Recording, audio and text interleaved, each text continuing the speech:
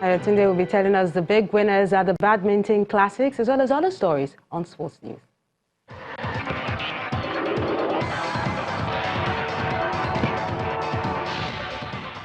Yes, indeed, Melinda. Vietnam's Tien Nguyen has won the men's singles title at this year's Lagos International Badminton Classics.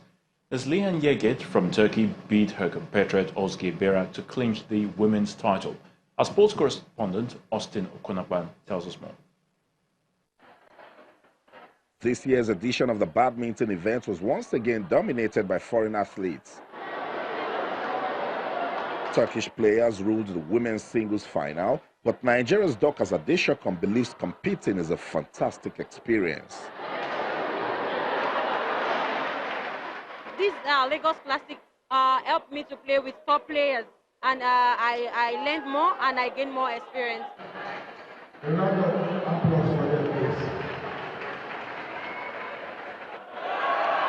The men's singles final got spectators cheering. Defending champion Misha Zilberman met stiffer challenge this time and lost his title.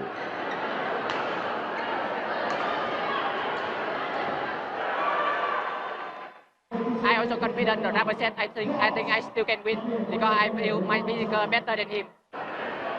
Nigeria's duo of Anu Oluwapo Peyori and Godwin Olofua won bronze in the doubles, and they believe it's good motivation. It's a great experience meeting the top seeded players from all around the world. It's a great experience and a privilege for me to meet them and play with them. They will lose to these people now. When they come again next time, it will not be like it was this time around, because now they've played against them before. They know, they would think, where did I go? You know, where could I improve on to be able to overcome this guy? What were my weaknesses? So it's that opportunity that they are being given, and for us, it's never a waste. For 5 years, Lagos State has been hosting this International Badminton Classics, and that's some good level of consistency, though the home-based players didn't get to win, but the Federation isn't worried, and that's because their major objective of getting some followership for badminton is being achieved. From the Teslim Balogun Stadium in Lagos, Austin Okonapan, Channels Television News. And to football, the Confederation of African Football CAF has announced that the third and final qualifying round for the 2019 Under-23 AFCON will hold in September. This means that champions Nigeria will travel to Sudan for the first leg on September the 2nd, while the return leg comes up a week later.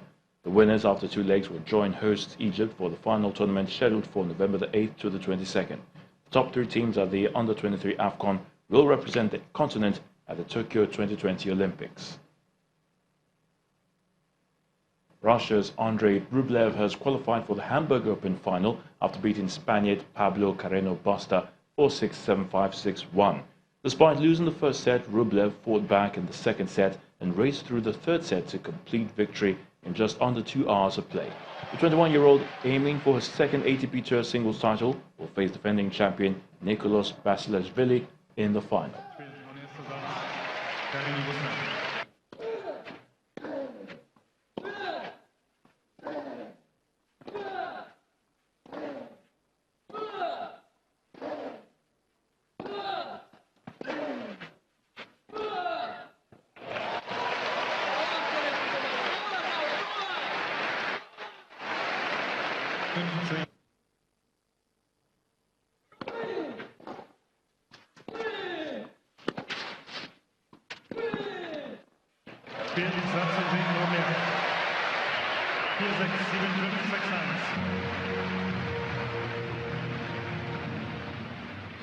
I'm Tunde Balogun. It's a wrap on Sports News. It's back to you, Melinda.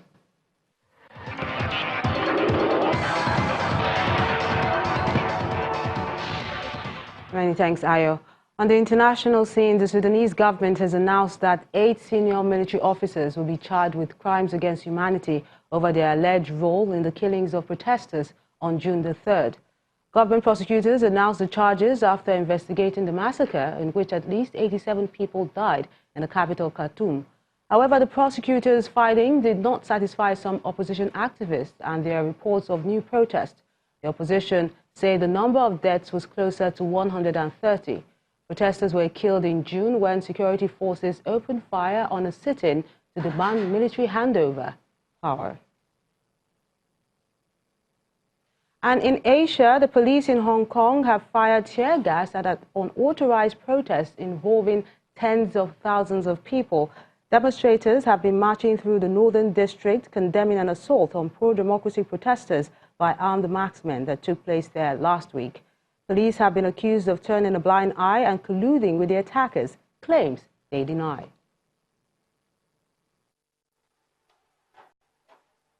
Protesters throw rocks and bottles at the police, who respond with tear gas.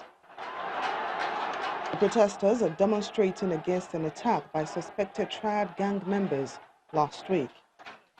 The police will have been widely criticized for failing to better protect the public from the attack by club-building men in Yuen Long on July 21 had refused to allow Saturday's march in the town on safety grounds. But protesters pushed ahead, and what began as a peaceful action by several thousands in sweltering afternoon heat soon grew increasingly tense with standoffs between police and protesters in several locations. We are against the violence and violence of the Hong Kong police and the cooperation between them and the gangs and the Yunnan local gangs. They are using violence to attack locals in Hong Kong, and it's definitely frightened our own safety. And I'm exactly a local Yunnan resident here, so we don't accept the cooperation between them. So we are on fire now. So we are now occupying here. Initially demanding the scrapping of a bill that would have allowed people to be sent to mainland courts for trial, the protesters are now also seeking independent inquiries into police use of force, the resignation of Hong Kong leader Carrie Lam, and full democratic reform. Located less than 10 kilometers from Hong Kong's border with China, Yuen Long is closer to the mainland city of Shenzhen than it is to Hong Kong's iconic Victoria Harbour. The area is known for smuggling both of goods and people. Decades of police operations to combat triads which operate on both sides of the border have failed to stamp out organized crime in the area. Yuen Long is the latest part of Hong Kong to host the protests which have spread across the region in the past 2 months. And the main news again. The federal government today obtained a court order to proscribe the Islamic movement in Nigeria, otherwise known as Shiite, as a terrorist group. The prescription follows recent violent and deadly protests by the group in Abuja. Also today, IMN kicked against the court order allowing its prescription. The group insisted that Shiite members are victims of brutality and not terrorists. Their lawyer, Femi Falana, also described the prescription order as illegal and immoral. That's the news at 10 tonight. I'm Melinda Akinlami. On behalf of the team, good night.